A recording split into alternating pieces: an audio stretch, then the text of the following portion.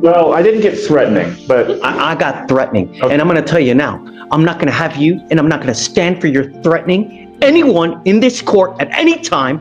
That is, every part of this is an extension of us. I don't care where you're going.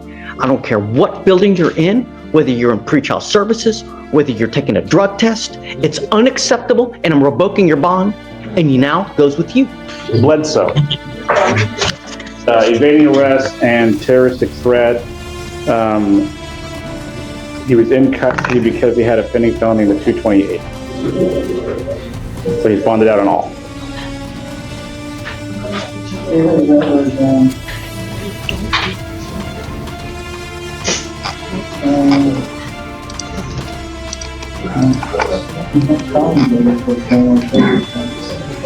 The evading, I think, is 12 yards per the officer. So I see that on 10/17 of 24, he picks up a felony assault. And 3 days later, he picks up a terroristic threat, and then he picks up an evading arrest. And they give him PR bonds on these cases? Is that what happened? And He bonded out since his last setting. I didn't check to see if they were PRs or not, Judge. I know that he had to pay money in felony court. yeah, it's just, I'm not dealing with PR bonds on this. I mean, he picks up 2 new cases if it's the same. Well, hold on a second. Let's not get ahead of ourselves. You've now picked up 2 new cases. You picked up a terroristic threat. You picked up an evading arrest. I will say our cases are the new cases, so I wouldn't call them new, they're just cases. So he picked up the felony, and then afterwards he picked up these 2 misdemeanors. I don't understand why he's coming here in December when he got a bond in October. How on earth is it? He was in custody, I think, on the felony. Oh, I see. Okay, and then he bonded out of the, right, okay. Yeah. Got it. All right. We're going to do probable cause. You have the right to remain silent. Anything you say can or will be used against you. Please, what happened? On October 19, 2024, officers were dispatched to a minor crash at a residential home in Harris County, Texas. The call described a male at the location crashing his motor vehicle, then pulling a gun, and was trying to fight people at the location. When officers arrived at the location, they observed people at the location pointing at the defendant. Upon contact with the defendant, the officers introduced themselves as Houston police and told them to stop. The defendant then walked into his residence and came back out approximately 2 minutes later. The officers instructed the defendant to come towards them, but the defendant began to evade on foot from the officer the second time. The defendant ran approximately 12 yards from the officer before placing him in handcuffs. A person search on the defendant revealed he had a prior arrest and an active felony warrant. Upon contact with the complainant advised the defendant was driving up and down the street in his car and crashed. The complainant stated the defendant began to tell the complainant he was going to shoot him and kill him. The complainant advised the defendant then began to reach into his waistband and kept saying he was going to shoot him. The complainant feared for his life and felt threatened by the defendant's statement. I will say, gun was never found, no charges where the gun were ever filed. They charged him with terroristic threat. They would have charged him with ag assault if the police had believed that a firearm was used. Mr. Bledsoe, let me make something perfectly clear to you. I will do everything in my power to protect my public at all costs. And I don't care if I have to make your bond $2 million. I'm going to do everything in my power to protect my public at all costs. Do you understand? Yes, I don't care who you are. I don't care where you come from. I don't care what, nothing. I want my county safe. You will be signing an affidavit with me today promising me that you're not going to have any weapons whatsoever. And if I find that you have a weapon, I can have a contempt hearing. You're looking at 180 days in jail every time if you're caught with a gun. Do you understand? I'm sending you now for a drug test. I want to know what, if anything, is going to be in your system as well. I'm ordering you not to use alcohol or illegal drugs, and I'm going to test you like crazy. Do you understand? What do you do for a living? I work for Leland Airmark Bakery. Okay, that's what you need to concentrate on. working a lot so that your time is occupied. When you have too much time on your hands, you become self-destructive. Do you understand? Yes, sir. Do You're you right have, about thank you. Do you have a Texas driver license? that. It's a yes or it's a no. Then you're not allowed to drive. On this affidavit, you will also be promising me that you're not going to drive. Do you? Give a different state's driver's license. City? He asked if you have a Texas driver's license. Do you have a driver's license from any other state? No, I'm from Houston. Okay, sorry. I'm just making sure you didn't have Louisiana or something. Not drive. I am also putting on this affidavit that you're not going to drive. Do you understand? Yes, sir. You're looking around, you're just, heed this warning, Mr. Bledsoe. Do you understand? Yes, sir. Yes, sir. I totally understand. I only have one off day. I just sleep all day.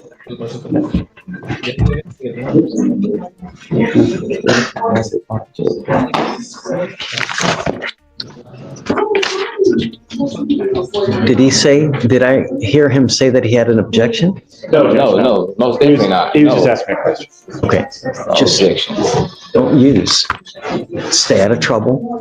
You're in enough hot water as it is. You know, the thing is, Mr. Bledsoe, is that a lot of people make very, very poor choices when they're out there in life.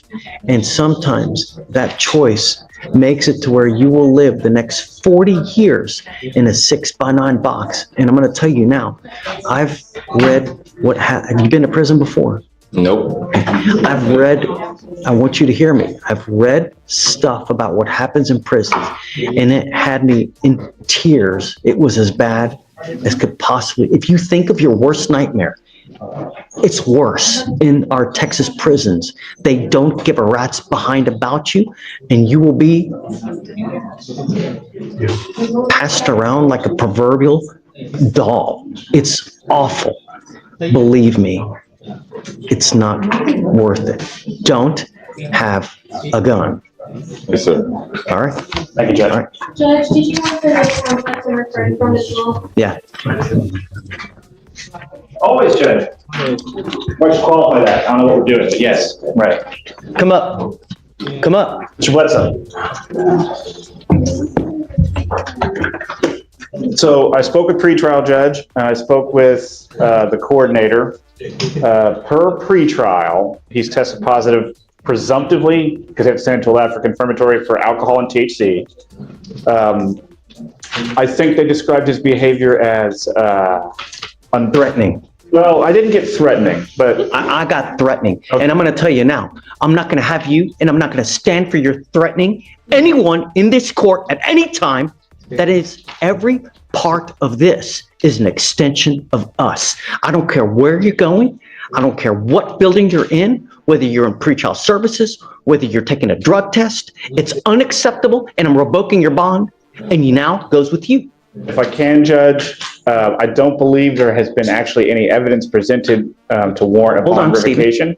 She told me yesterday that there had been multiple threats. So, all right, to circle back, there's a couple things. In speaking with pretrial, I have not received any information about threats. I've received information about cursing and rude behavior. Yes, Judge. Don't There was speak. no threat of harm or anything like that. It was just more so attitude. He was making people in our office a little bit uncomfortable just with his demeanor and the things that he was saying, but none of it, to my knowledge, has been anything, putting anyone in danger, threatening danger, anything of that sort. This is where You I'll, have an open criminal case. You're to be humble and contrite. And when you're not, and when you're threatening, abusive, harassing, I'm going to take care of you and I will light you up like a damn Christmas tree. Do you understand? It is unacceptable, the behavior that you have displayed here with myself, with pretrial, with the people down over there. And if you don't straighten up and fly right, I'm going to be all over you. Do you understand? One false move again. This is not supposed to be a happy time for you. And I don't know what I need to do to get your attention. But next time, I will classify you as a danger, revoke your bond, and make it so high you will have teeth falling out. Do you understand? Sir. Take a seat. Thank you, Judge. Back to your point. Do you have a preference on the reset date, Judge? So tell me what he tested positive for. It was THC and alcohol, Judge. This is where I'll add that the court added bond conditions yesterday, so he had the magistrate. I understand. Okay. He did have So- to use magistrate orders in October, and I did see that he was instructed over. It didn't have no alcohol, but it did have October what? October 14th, 15th. Give me the last name again. Bledsoe, B-L-E-D. Oh, no. He's still smoking weed then. I mean, if they told him not to use any kind of illegal drugs, and he tested positive right now, give me the date, please. Come up, Mr. Bledsoe. You're not off the hook yet.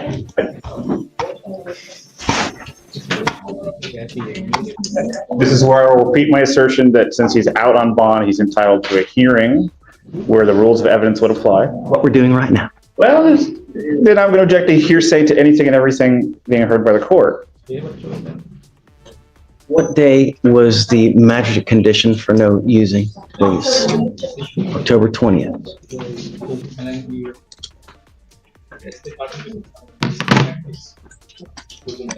I'll also give my spiel about THC seltzers that I could buy at Specs that have no alcohol but have THC in them. You are not to use alcohol. You are not to use illegal drugs. I'm going to give you the benefit of the doubt, and I'm going to test you again in 2 weeks from today. If you test positive for THC again, and I don't care what it is, I don't care if it's a gummy, I don't care if it's a joint, I don't care if it's Delta 8, if it's Delta 9, if it's Delta 352, whatever it may be, you will stay with me. Do you understand? Yes, sir. Get whatever records you need, but if you test positive for THC again, you're on notice now. You will stay with me. Yes, sir. Okay. Thank you, Judge. Have a seat back in there. Come on. But did you have a preference on the reset date, Judge? 2 weeks, whatever you want. Oh, I'm sorry, you're right. You said Then 2 I'll weeks. test them back and we'll see. Do you By want, then it'll be sufficient benefit that there's just no argument. do you want him 2 weeks from today, test